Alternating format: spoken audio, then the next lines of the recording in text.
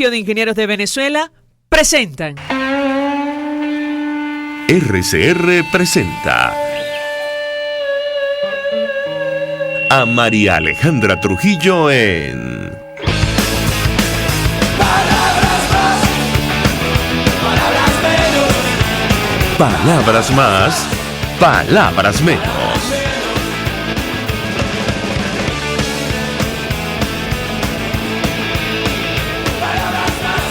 Muy buenos días, Radio Caracas Radio, lo mejor este lunes 19 de noviembre del año 2018. Todo el equipo que trabaja para ustedes a partir de esta hora los saluda. En la producción Marilia García y Jessica Selgrad, en la redacción Jackson Vargas y en los controles César Arteaga, quien tendrá el inmenso placer de acompañarles, María Alejandra Trujillo. Saben, ustedes se pueden comunicar desde muy temprano a través de la cuenta en Twitter de la radio, @RCR750, seguirnos por el Periscope, por internet, rcr.tv, en señal abierta en Caracas 750M en su dial, en Ciudad Guayana Eléctrica 97.7 FM.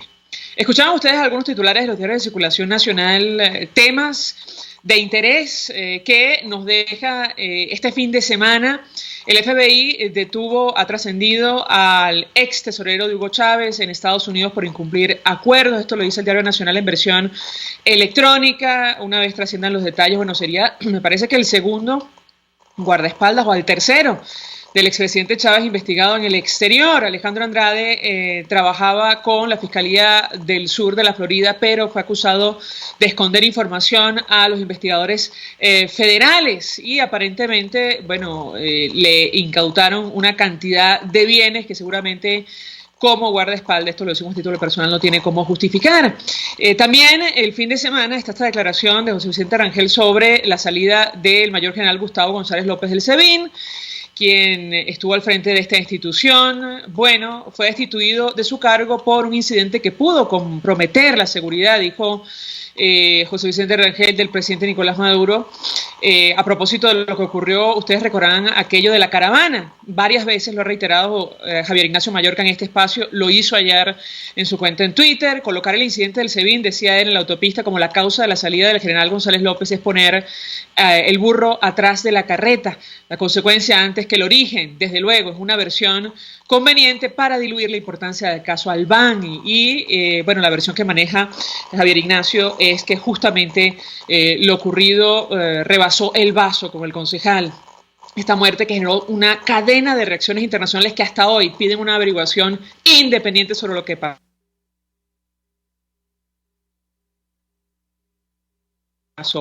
De lo que ha ocurrido con este cuerpo de seguridad. El nuevo general de Miami la publica. Cuba le arrebata el control del SEBIN a Diosdado Cabello tras destitución del general chavista. Además, hay una entrevista en El Tiempo de Bogotá a propósito de los primeros 100 días de la presidencia de Iván Duque, donde habla evidentemente del caso Venezuela. Y eso sin duda va a generar reacciones, porque otra vez pone sobre la mesa aquello del 10 de enero.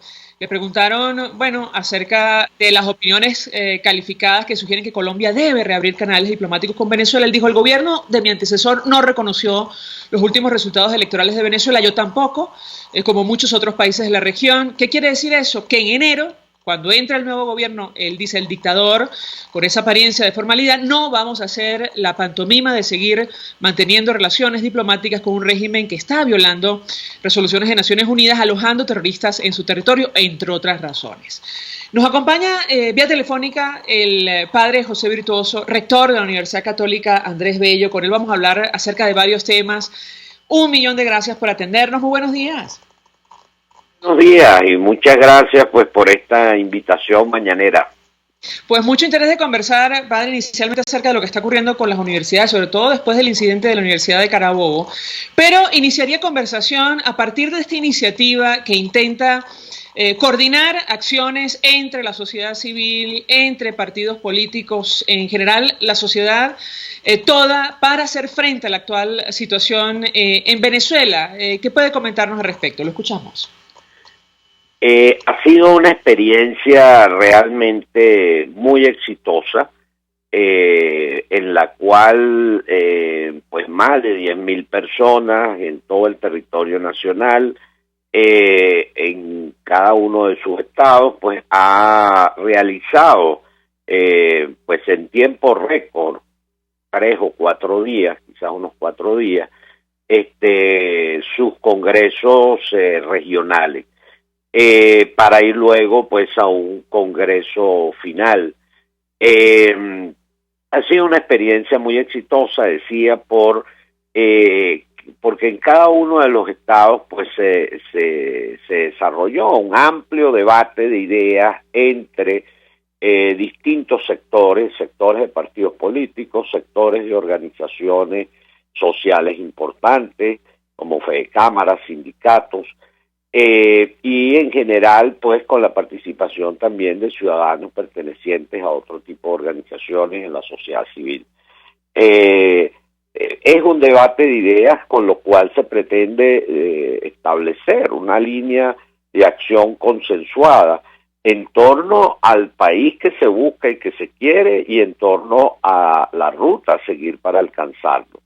Evidentemente esto constituye una brújula, constituye un modo de orientarnos hacia allí, pero lo que es más importante, a partir de un profundo debate democrático, a partir de todo un esfuerzo de movilización propia, un esfuerzo hecho, pues bueno, con los recursos de la propia gente. En cada estado veían dónde se reunían y cómo conseguían las sillas y cómo conseguían el agua y cómo se generaba pues esa movilización. En este sentido, pues es un esfuerzo hecho como con toda la participación y el empeño de cada participante. Ahora, padre, a propósito de las conclusiones a las que llegaron en este primer encuentro nacional, ¿qué puede compartir con nosotros? Mira, todavía no sé porque hay que pues sentarse. Hoy tendremos pues una larga reunión para analizar los resultados que por supuesto cada región tiene. Lo que sí creo que es fundamental allí es que sale, digamos, de una manera pues muy clara, porque lo hemos visto ya en diversas participaciones,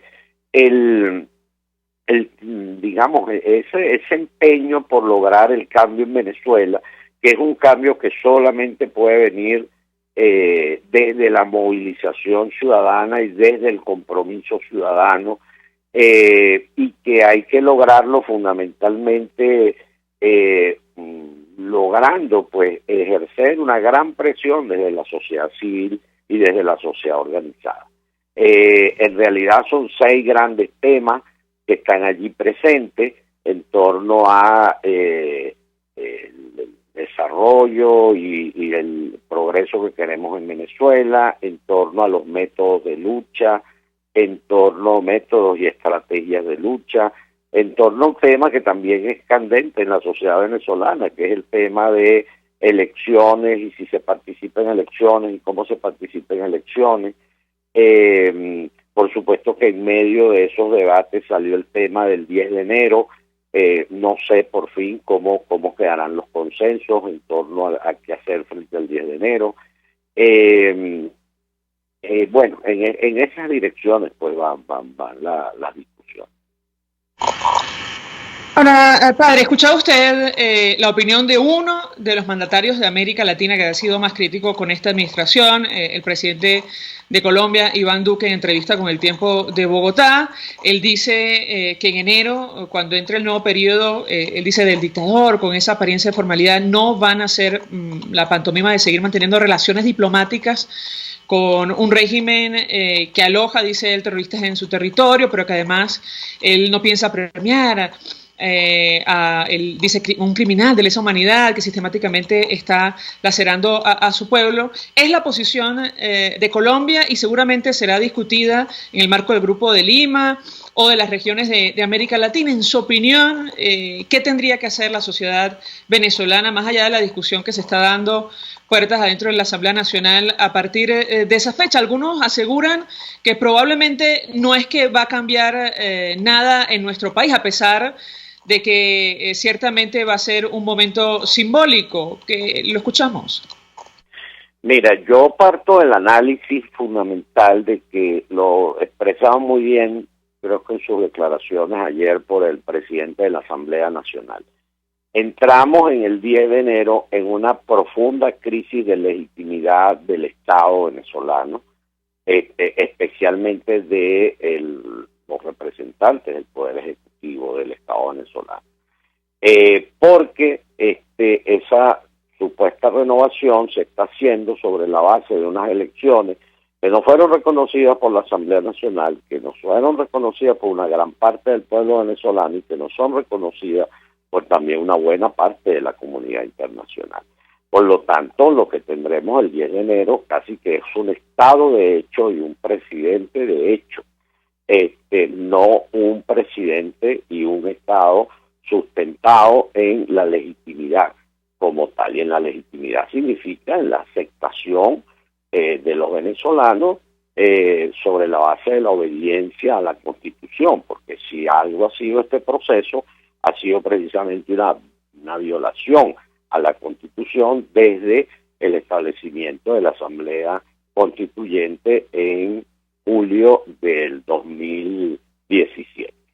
De tal manera que lo que te vas a encontrar es con una realidad política fáctica, con una realidad política de hecho. Sí, habrá un presidente, porque lo nombraron, y habrá una Asamblea Nacional Constituyente, y habrá un ejecutivo de hecho y con todo, digamos, todo lo que implica la administración del Estado, pero de hecho fáctico, sin legitimidad. ¿Qué significa eso? Bueno, eso significa cosas graves, como por ejemplo que se agrava el reconocimiento internacional, que se agravan las relaciones con el Estado, que ciertamente todavía se van a dificultar muchísimo más los intercambios del Estado venezolano con el mundo, y de cara al interior de la sociedad venezolana, pues se profundiza el desconocimiento, el descontento y por supuesto las capacidades de poderse entender, es decir, se acelera todo lo que implica el conflicto y la confrontación política que nos puede llevar pues a desenlaces ciertamente graves. Yo diría que a partir del 10 de enero comienza un nuevo ciclo político sustentado ahora en esta realidad, como digo, que está frente a un gobierno de hecho, pero no un gobierno legítimo.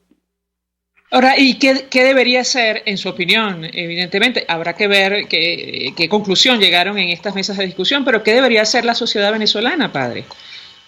Bueno, por lo pronto y sin mayor análisis, evidentemente tiene que haber un profundo rechazo, tiene que haber una profunda movilización frente a eso, tiene que haber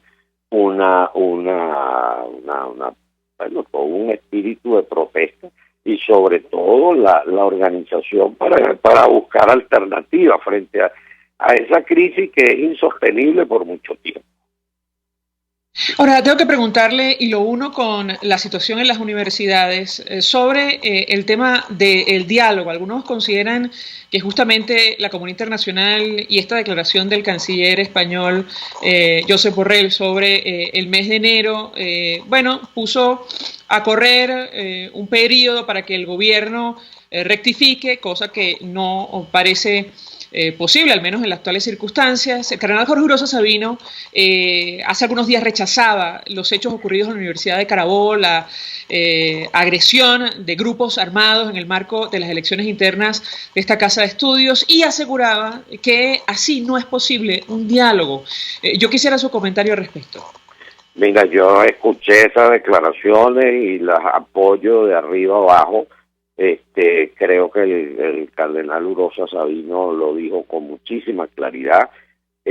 Ciertamente que la Iglesia siempre ha visto positivo y un camino civilizado, idóneo, el camino del diálogo, pero el problema es que para que el diálogo sea efectivo, el diálogo tiene que tener una serie de condiciones.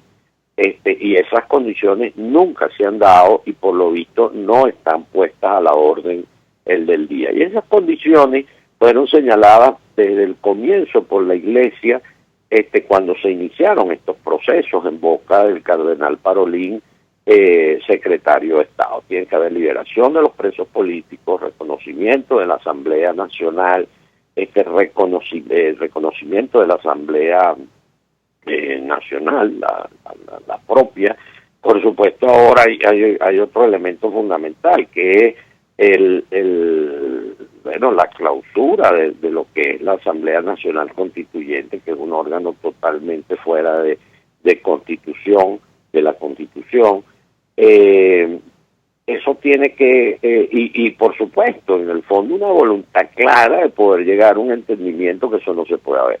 En medio de ese contexto, lo que ves son reacciones más bien contrarias. Esto que ocurrió en la Universidad de Carabobo, además, demuestra un claro régimen de terror, y además una verdadera aberración. Es decir, que resulta que dos personajes externos totalmente a la universidad, como puede ser el gobernador del estado y el presidente de la Asamblea Nacional Constituyente, dictaminan allá adentro quién es el verdadero ganador y quién no, y si hubo o no hubo trampa, y descalifica el elegido, etcétera. Eso es una aberración total. La universidad tiene sus propios métodos, sus propias normas y sus propios reglamentos para decidir sus procesos internos, y hay un desconocimiento total de ello. Además, entrar a la universidad y agredir a otros con armas, etcétera, habla claramente de lo que es un verdadero estado de terror y una anarquía política de parte del propio Estado, realmente aberrante. Ahora, padre Virtuoso, me dicen que tenemos que hacer una pausa para ir a publicidad. Nos gustaría conversar unos minutitos más con usted, porque el secretario general de la OEA, Luis Almagro, no solo rechazó en su momento los hechos de violencia en la Universidad de Carabobo, el ingreso de estos grupos armados en medio de un proceso interno de la Casa de Estudios, también advertía sobre la violación de la autonomía universitaria que está consagrada en nuestra Constitución, que sabemos evidentemente que no se cumple. Yo quisiera su comentario al respecto y cómo lidiar con esto o con este tipo de situaciones desde la academia, desde las universidades. Le doy la palabra, pero al regreso de la pausa ya venimos con más. Usted escucha Palabras Más, Palabras Menos en RCR 750 AM. Puedes seguirnos en nuestras redes sociales. En Twitter, @RCR750, la radio que se ve. Mensaje del ingeniero Ramón López, vicepresidente del Colegio de Ingenieros de Venezuela. Apreciado colega ingeniero, arquitecto y profesional afín, el sistema de salud venezolano no presta la atención requerida y la altísima inflación encarece notoriamente este servicio. Es por ello que el Fondo de Previsión Social del CIP te ofrece un servicio de salud seguro, confiable y accesible, con amplia cobertura. Para mayor información visita el portal www.cib.net.be. Colegio de Ingenieros de Venezuela, construyendo futuro. Ahora Coco Factory abrió su nuevo local en Colinas de Bellomonte, en la calle Garcilaso, para que disfrute de sus ricas cocadas en todas sus versiones, además del agua de coco, helados de coco y más. No te equivoques, calle Garcilaso, edificio Balcán, Colinas de Bellomonte, al lado del Centro Polo. Y recuerda, Coco Factory, sin cocos no hay paraíso. Mensaje del ingeniero José Peraza, tesorero del FONPRES CIB. Estimado colega ingeniero, arquitecto y profesional afín, el Colegio de Ingenieros de Venezuela y el Fondo de Previsión Social, preocupado por la salud de tu familia, ha diseñado un sistema de salud integral que coloca a tu disposición y que contiene asistencia primaria de salud, ambulancia, hospitalización, cirugía, oftalmología, dermatología, fisioterapia, psicología, odontología, farmacia y funerario. Para mayor información, visítanos a nuestros portales cib.net.be, fonprescib.net.be, Colegio de Ingenieros de Venezuela, construyendo futuro. Pluralidad contigo. Respeto contigo. Responsabilidad contigo. Libertad contigo. Estamos contigo y punto. De lunes a viernes a la 1 de la tarde. Contigo. Solo por RCR 750 AM. Porque lo bueno une. Todos las piensan. Todos las escuchan y María Alejandra Trujillo te las dice.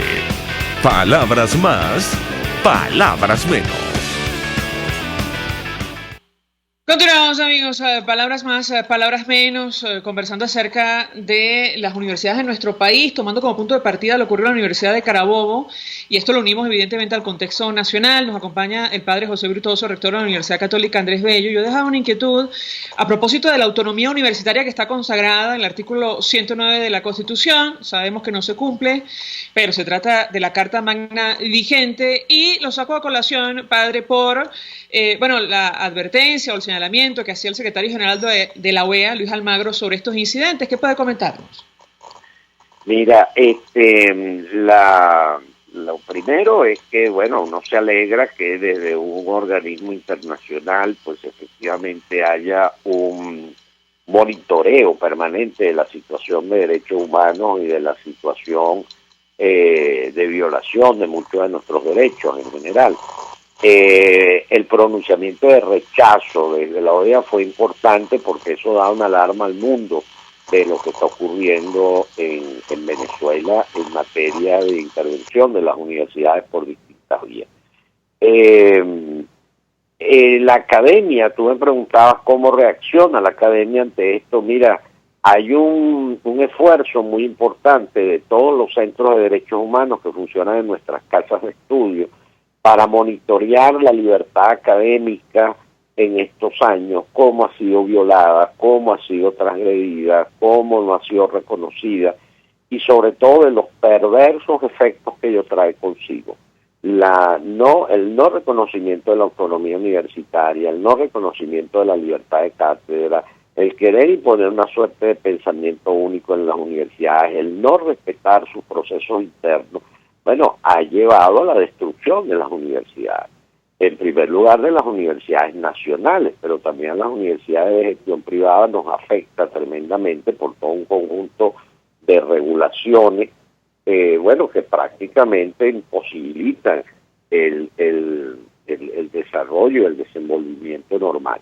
Y después el efecto más directo que hemos visto, de lo cual lo que acaba de pasar en la Universidad de Carabobo no es más que una señal, claro, que es esa violencia y acoso permanente frente a las universidades que hacen resistencia a esa búsqueda de control y de intervención. Es decir, el gobierno lo que busca es ocupar puestos en las universidades nacionales, es decir, ocupar espacios entre las universidades nacionales, y las universidades nacionales cada vez se resisten con mayor vigor y valentía y capacidad para ello. Entonces, esa lucha genera este tipo de situaciones. De tal manera, pues, que estamos ante una violación de derechos que amenaza, la existencia de las universidades y su libre desenvolvimiento. Ahora, desde las universidades, y en el caso concreto de las privadas, padre, han opuesto resistencia, sobre todo ante las pretensiones del Ejecutivo Nacional de establecer un control, sobre todo a través del tema de las matrículas. Quisiera su comentario en torno a este tema. Sí, por supuesto. Las universidades de gestión privada primero pertenecemos a ABERU. La Universidad Católica forma parte activa de la Asociación Venezolana de Rectores. Trabajamos y estamos profundamente vinculados en la defensa de lo que son objetivos comunes.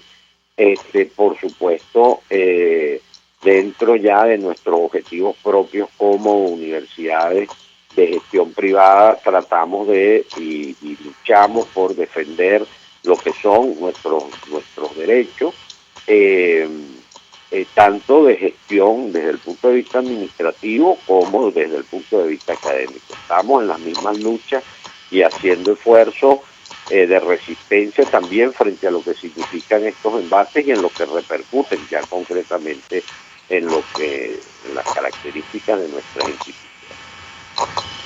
Finalmente, padre, tengo que preguntarle sobre el efecto que ha tenido la crisis en nuestro país. Seguramente formará parte de la discusión de estas mesas que ha convocado a la sociedad civil, a los partidos políticos, a los gremios, y tiene que ver con el éxodo de venezolanos que también ha provocado la reacción de la comunidad internacional. En el caso concreto de la Universidad Católica o en general de las universidades, ¿cuál ha sido el impacto? ¿Cómo lo han sentido ustedes? Lo escuchamos.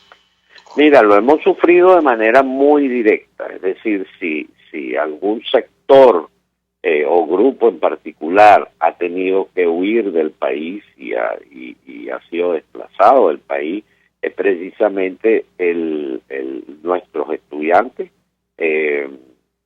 ciertamente de todas las condiciones sociales. Cada vez más los jóvenes no ven en el país las posibilidades de futuro y han tenido que desplazarse aún en condiciones inhumanas y en condiciones pues muy precarias. Y el otro grupo afectado directamente pues son nuestros profesores, nuestros talentos, porque su trabajo vale muchísimo más fuera que lo que puede valer dentro. Entonces,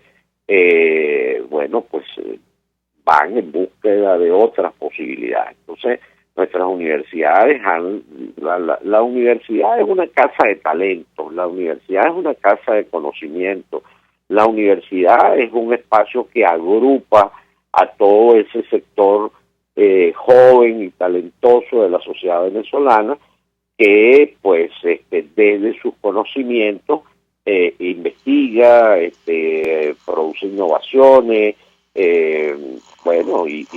y en ese ámbito evidentemente es donde más ha impactado esta crisis, de tal manera que pues ciertamente la baja de la matrícula, la baja del número de estudiantes ha sido importante en todas las universidades, y también la migración de profesores ha sido muy clave. Eso ha obligado, en el caso de las universidades privadas, hacer casi que lo imposible para poder desarrollar políticas que sean incentivadoras de la retención de talento y también de favorecer un clima en donde los jóvenes vean que que la universidad venezolana sigue siendo un espacio idóneo para obtener sus títulos y obtener sus licenciaturas y sus demás grados en los que estén cursando. El reto pues para nosotros es muy importante, porque estás casi que luchando contra un huracán que viene, que está allí pues presente, haciendo estrago, y tienes que resistir.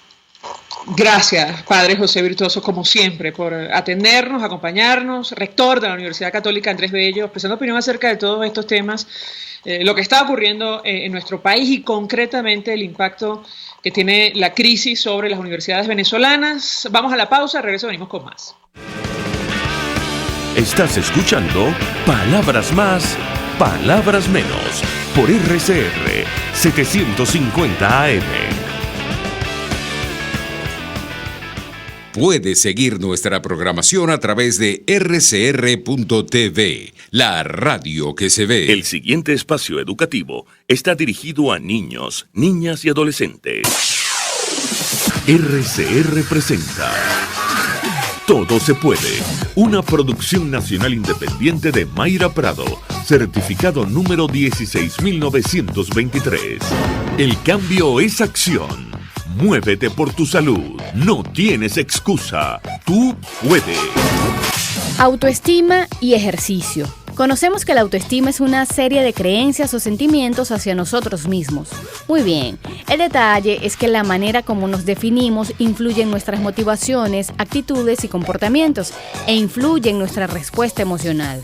Hoy recordamos que una de las poderosas formas de mejorar nuestra autoestima es haciendo ejercicio, pero ¿sabías que agregándole música puedes tener un efecto aún más positivo? La capacidad de la música para despertar emociones y estados de ánimo hace que sea utilizada por todas las personas. La música puede ayudar a romper el aislamiento y estimular la relación con los demás. Por otra parte, es una manera de centrarse en el presente y de facilitar la comunicación y la expresión. Combinando la música con el ejercicio podemos vivir una explosión positiva de bienestar físico y mental. Tendremos el rostro más relajado, la mirada viva y serena, la mandíbula relajada, la voz más calmada, firme y clara, la postura erecta, firme, equilibrada.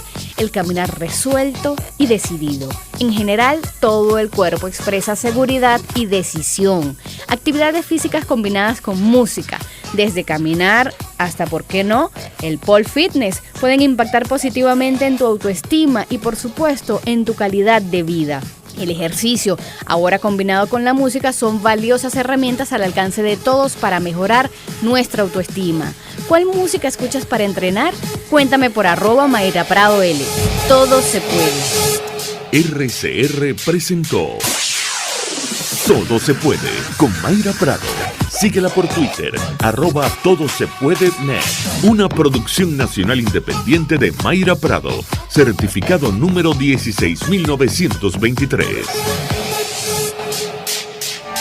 Mensaje del ingeniero Enzo Betancourt, presidente del Colegio de Ingenieros de Venezuela. Estimados colegas, ingenieros, arquitectos y profesionales afines, el hombre es del tamaño de sus dificultades y siempre será capaz de vencerlo. En el año 2018 debemos trabajar para construir el país que nos merecemos todos los venezolanos. Siempre un paso adelante. Visita nuestro portal www.cib.net.be. Colegio de Ingenieros de Venezuela, construyendo futuro.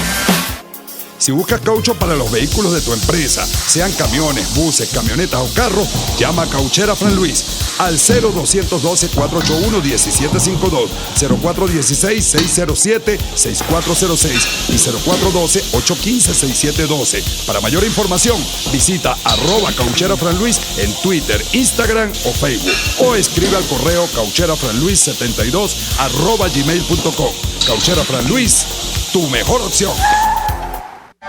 Mensaje del ingeniero Kenick Navarro, presidente del FONPRES CIB. Apreciado colega ingeniero, arquitecto y afín, el Fondo de Previsión Social del Colegio de Ingenieros de Venezuela, FONPRES CIB, diseñó para la protección de tu salud el Sistema Integral de Previsión Social. El mismo tiene a tu disposición beneficios de la solvencia, asistencia primaria de salud, el plan de salud con coberturas de acceso VIP, todos estos planes pensando en la protección de tu familia. Para mayor información visita fonprescib.net.be. Colegio de Ingenieros de Venezuela, construyendo futuro. RCR 750 AM, porque lo bueno une. Información, opinión, contraste. María Alejandra Trujillo está en Palabras Más, Palabras Menos. Continuamos, amigos. Palabras más, palabras menos. Se suma a nuestra mesa de debate el secretario general de la Universidad Central de Venezuela, profesor Amalio Belmonte. Como siempre, gracias por atendernos. Muy buenos días. Buenos días, María Alejandra. Es grato estar contigo y con toda tu audiencia. Un gusto conversar con usted, profesor. Iniciaría conversación a partir de lo que ha ocurrido en la Universidad de Carabobo la semana, hace algunos días. Bueno, el impacto que tiene internamente para las universidades. Yo le preguntaba hace unos minutos al rector de la Universidad Católica, Andrés Bello, cómo reaccionar desde la academia ante situaciones de esta naturaleza que amenazan en la práctica la autonomía universitaria. Lo escuchamos. Sí, cómo no. Es una acción realmente inusual por la barbarie y además porque inclusive los propios interlocutores del sector oficialista estudiantil no existen, fueron excluidos para que en lugar de ellos hablara, y como lo hizo el diputado Diosdado Cabello, es decir, fue quien anunció públicamente que ellos aseguraban haber triunfado, aun cuando la realidad y todos los datos y todas las circunstancias que tuvieron alrededor de la elección determinan que fueron, diríamos, derrotados de forma contundente. Eso dice mucho, que sea tanto el gobernador, que representa como la encarnación del autoritarismo en la región, como el propio Diosdado Cabello, anuncien, y no los estudiantes, no la plancha contraria, un supuesto triunfo. Y además de eso estuvo rodeado todo el evento de violencia, de coacción, de intimidación. Es decir, es tratar de imponerle a la Universidad de Carabobo una situación en la cual, es decir, el gobierno se adjudicaría un triunfo que no le pertenece y que está muy lejos de obtener, no solamente allí, sino en cualquier universidad. Eso es un indicador de lo que están dispuestos ellos a hacer, de tomar por asalto las academias, y sería muy duro para el resto de las universidades nacionales, y así lo hemos evaluado, que eso se pudiera permitir, porque es la barbarie simplemente señorea a las academias, en vez de que sea el pensamiento, sea el debate democrático, como habitualmente ha sido. y todavía hay mucho más. Es decir, ya la intención no es colocar la ética socialista en la educación venezolana como una suerte de control ideológico, sino es la coacción, la intimidación directa, es el terror ya en el campus universitario. Es decir, las propias autoridades de la Universidad de Carabobo han sido víctimas de descrédito público, de tratar de humillarlos también por muchas vías, y todo eso entonces configura un cuadro muy duro, en este caso para la Universidad de Carabobo, que de aceptarse, de mantenerse impasible frente a él, pudieran intentar reproducirlo en el resto de las universidades. Yo creo que allí se está jugando el destino no solamente de la autonomía universitaria, sino también de la democracia nacional, porque si eso ocurre con una institución académica que siempre es respetada, donde no hay otra situación distinta sino el debate natural, y si eso ocurre allí, ¿cómo podría hacerlo en elecciones de otra naturaleza, como ya también lo hemos visto? Entonces, la democracia está en peligro, y cuando la academia también está en peligro, la democracia aumenta mucho más el riesgo de perderse los valores que allí deben de prevalecer, y eso es lo que estamos viendo en este momento, en este caso la barbarie contra la civilidad en el campus de la Universidad de Carabobo. Yo quiero reconocer en ese sentido la acción muy valiente, muy digna y muy democrática de los estudiantes de la Universidad de Carabobo. Ahora, profesor, ustedes en la Universidad Central han sufrido en carne propia la acción de la violencia, ¿correcto? Sí, no nos es ajeno a esta situación, la hemos vivido durante muchos años, ha amainado un poco ahora, pero recordemos que durante mucho tiempo la violencia era cotidiana.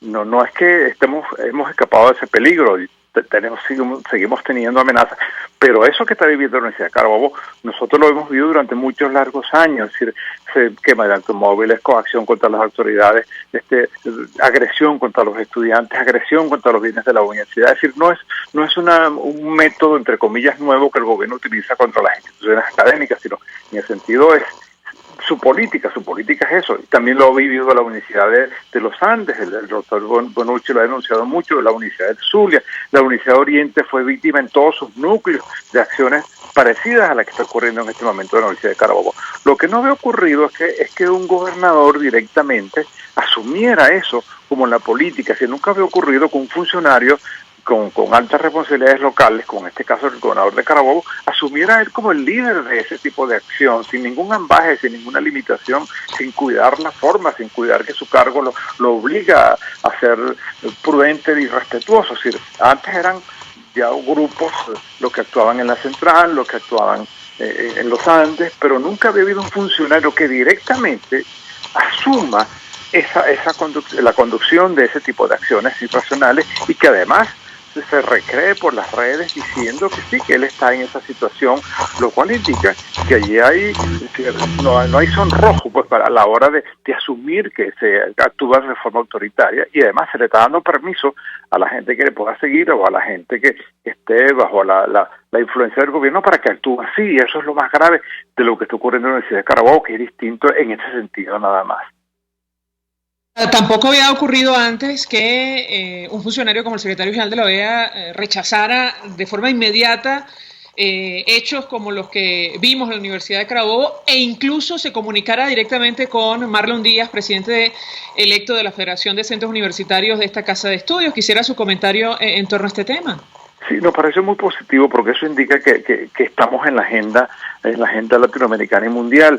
Es decir, pudiera parecer, ¿verdad?, para un funcionario de tanta, digamos, altura, que lo que ocurre en una universidad regional de un país nos forma parte de sus preocupaciones. Sin embargo, lo fue tanto que hubo ese contacto que tú mencionas, y eso también es importante porque uno de los acuerdos del Consejo Universitario de la Universidad de Carabobo es apelar a las instancias internacionales, es decir, apelar ante la UNESCO y ante los organismos de las Naciones Unidas para denunciar el hecho. Y entonces el que el secretario general de la OEA haya hecho ese pronunciamiento le refuerza mucho más la acción que ellos puedan realizar, y además desnuda más aún lo que ocurrió en Carabobo, la barbarie que está ocurriendo en Carabobo, que todavía no sabemos si está totalmente excluida, porque ellos han dicho que van a ganar y que van a cobrar. Entonces es importante que el doctor Almagro haya hecho esa digamos, declaración, y yo creo que tenemos todos que acudir a la UNESCO, que es un organismo de carácter, digamos, académico, digamos, internacional, que debería tomar cartas en el asunto, como ciertamente debe hacerlo, y avala mucho que un organismo como la OEA, que su secretario general haya hecho esta declaración, porque nos permite entonces ir a otras instancias donde funcionan y donde se debate el problema educativo, sobre todo el problema universitario. Comentábamos con el rector, el padre virtuoso de la Universidad Católica, Andrés Bello, que bueno, da la impresión que estos hechos no son aislados y que forman parte de la estrategia del gobierno que va dirigida al control de las universidades, en el caso concreto de las públicas, a través incluso del presupuesto, de la reducción del presupuesto, los recursos, y en el caso de las privadas a través del control de las matrículas. Yo quisiera su comentario en torno a este tema y otra vez cómo hacer frente a una situación de esa naturaleza. Sí, sin duda alguna, el gobierno tiene un plan, ha tenido un plan, y lo hemos conversado en otra ocasión, de transformar a las universidades, tanto privadas como en este caso las universidades denominadas nacionales, en su soporte ideológico para ver si es posible crear lo que ellos llaman el pensamiento único, y estorba mucho a ese propósito la existencia de la universidad. La universidad es todo lo contrario a ello.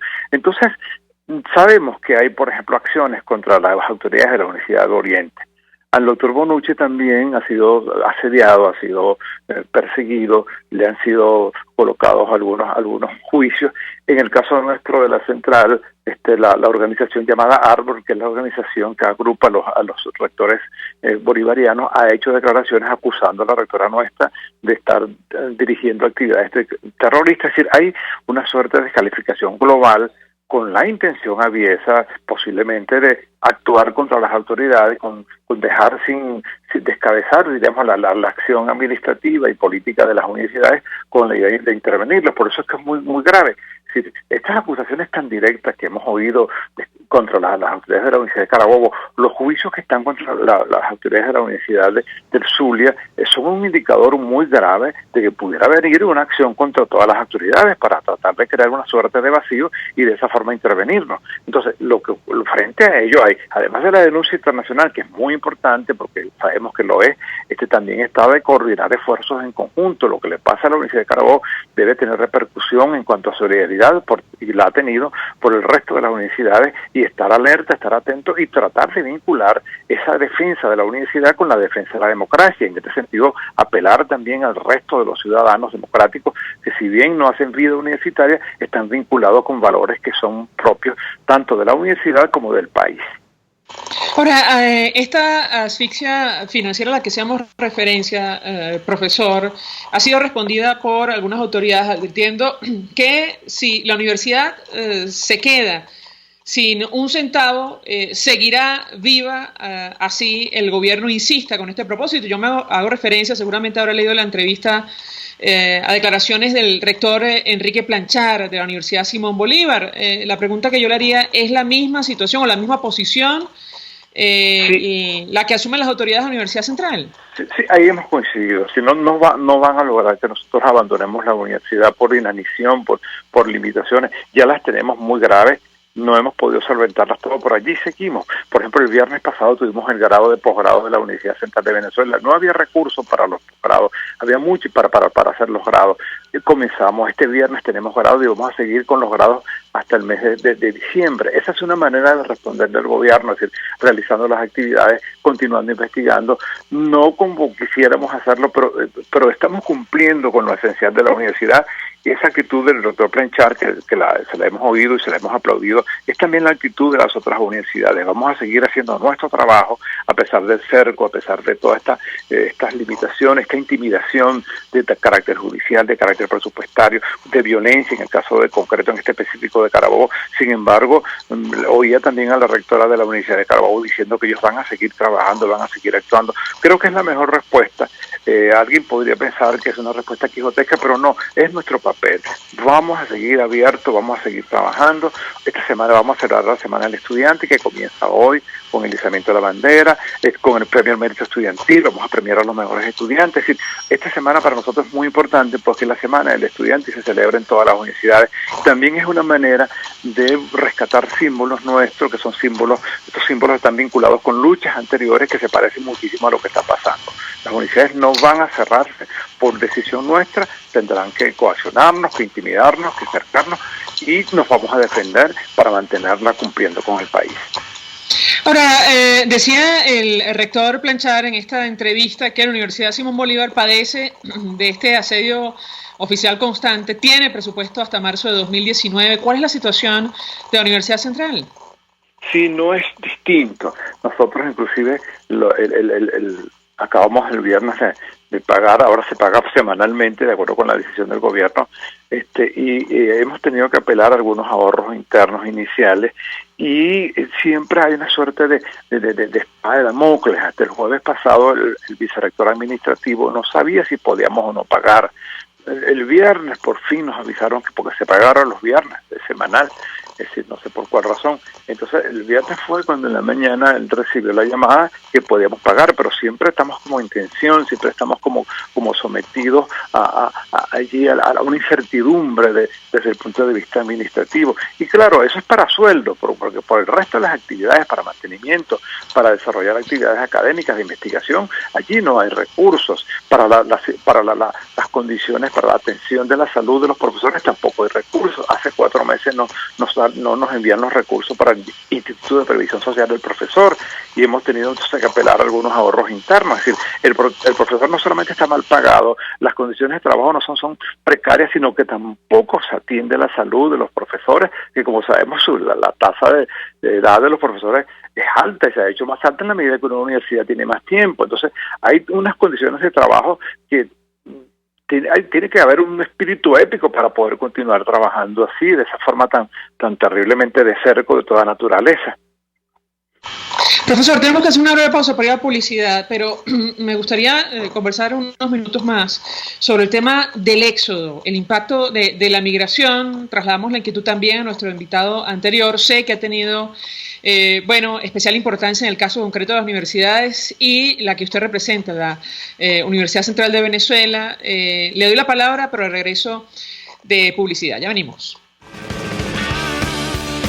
Escuchas a María Alejandra Trujillo en Palabras Más, Palabras Menos, por RCR 750 AM. Sintonícenos a través de Periscope, @RCR750, la radio que se ve. Mensaje del ingeniero Ramón López, vicepresidente del Colegio de Ingenieros de Venezuela. Apreciado colega ingeniero, arquitecto y profesional afín, el sistema de salud venezolano no presta la atención requerida y la altísima inflación encarece notoriamente este servicio. Es por ello que el Fondo de Previsión Social del CIP te ofrece un servicio de salud seguro, confiable y accesible, con amplia cobertura. Para mayor información visita el portal www.cib.net.be. Colegio de Ingenieros de Venezuela, construyendo futuro. Nelson Mandela. El valiente no es el que siente miedo, sino el que vence ese temor. Mensaje del ingeniero José Peraza, tesorero del FONPRES CIB. Estimado colega ingeniero, arquitecto y profesional afín, el Colegio de Ingenieros de Venezuela y el Fondo de Previsión Social, preocupado por la salud de tu familia, ha diseñado un sistema de salud integral que coloca a tu disposición y que contiene asistencia primaria de salud, ambulancia, hospitalización, cirugía, oftalmología, dermatología, fisioterapia, psicología, odontología, farmacia y funerario. Para mayor información, visítanos a nuestros portales cib.net.be, fonprescib.net.be, Colegio de Ingenieros de Venezuela, construyendo futuro. A las 6 de la tarde, la entrevista. Siempre damos la cara. Exponemos nuestra opinión, duélale a quien le duela. Y difundimos la voz del pueblo porque es la voz de Dios. A las 6 de la tarde, la entrevista. Soy Miguel Ángel Rodríguez y estoy contigo por RCR. Porque lo bueno une.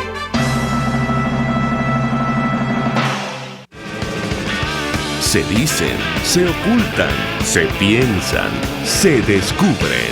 Palabras más, palabras menos. Con María Alejandra Trujillo. Continuamos, amigos. Palabras más, palabras menos. A propósito de lo que está ocurriendo con las universidades, nos acompaña el secretario general de la Universidad Central de Venezuela. Yo he dejado una inquietud sobre el impacto que ha tenido la migración en las casas de estudio. Sé que en el caso concreto de la central ha sido importante. Profesor Belmonte, lo escuchamos. Sí, bueno, nosotros el año pasado estimamos, de acuerdo con las cifras, un 32% en general, en promedio de éxodo. Y este año las circunstancias que la vez pasada influyeron se han agravado, lo cual indica que pudiera ser mucho mayor este año.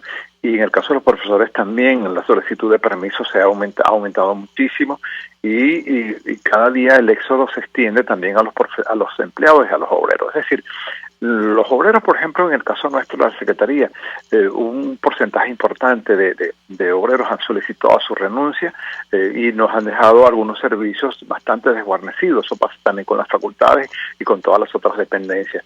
Eso indica que la situación socioeconómica del país y el cerco que sufren las universidades se ha hecho mucho más grave y los efectos han sido más graves. Eso tiene de terrible que el país se está despoblando de su masa crítica, de su masa pensante, de los jóvenes que se estaban formando, que ya no solamente esperan el grado, sino que antes del grado se están yendo, sobre todo hacia Argentina, hacia Chile, hacia Colombia.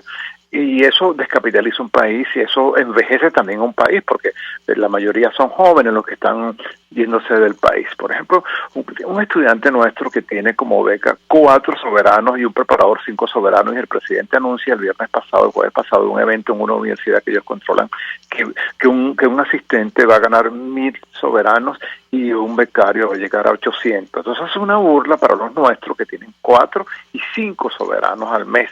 Entonces, toda esa política está dirigida a disminuir la valoración de la universidad, y en la medida que eso ocurra y que tampoco el país ofrezca desde el punto de vista económico opciones para quienes puedan egresar, todo eso está influyendo para que el éxodo continúe, más la inseguridad y la represión. Es decir, hay todas las acciones del gobierno propenden para que ese éxodo pueda seguir continuando, y ese irrespeto del presidente de descalificar a las personas y de inventar una especie de vuelta a la patria para ofender a Pérez Bonal a la patria. Él dice que regresaron 300, 900, en fin, hay millones de venezolanos que están allí, que están en el exterior, de jóvenes fundamentalmente, porque no consiguen en su país la manera de realizarse intelectualmente, individualmente, socialmente o familiarmente. Y entonces, en la medida que eso ocurra, obviamente el país se le hace hostil a los jóvenes venezolanos, sobre todo, no importa ya inclusive su formación. En el caso concreto nuestro, reitero, no solamente afecta a los profesores y a los estudiantes, sino que también a los empleados y a los obreros, y también afecta inclusive a los propios obreros del Estado, del gobierno. Los obreros calificados del gobierno que son afines al gobierno se están yendo también. Entonces, es una situación nacional que repercute también en el seno de las universidades de forma más grave, porque allí hay gente que tiene formación intelectual, que tiene bastante criterio de carácter profesional, pero que le hace falta el país, pero que sabe que egresar de una universidad en Venezuela hoy en día es el desempleo o es dedicarse a actividades no cónsonas con la formación que han recibido. Gracias, profesor Amalio Belmonte, por atendernos, acompañarnos, como siempre, secretario general de la Universidad Central de Venezuela, expresando opinión y análisis acerca del tema que hemos debatido la mañana de hoy en el contexto de la crisis que afecta a Venezuela en todos los órdenes, en lo económico, en lo político, en lo social, bueno, el impacto que tiene directamente sobre nuestras universidades. Nosotros nos despedimos y lo hacemos a nombre de Jaime Estaras en la Dirección General de la Estación. De Wilitz Arcaya en la gerencia de producción. En la redacción, Jackson Vargas. En la producción del espacio, Marilia García y Jessica Selgrat. En los controles, César Arteaga. Frente a los micrófonos, María Alejandra Trujillo. Y Argenis Barreto. Feliz día. Feliz día para ti. Los dejamos con Golpe a Golpe. El Colegio de Ingenieros de Venezuela y el Fondo de Previsión Social del Colegio de Ingenieros de Venezuela presentaron. RCR presentó Palabras Más, Palabras Menos. RCR 750 AM.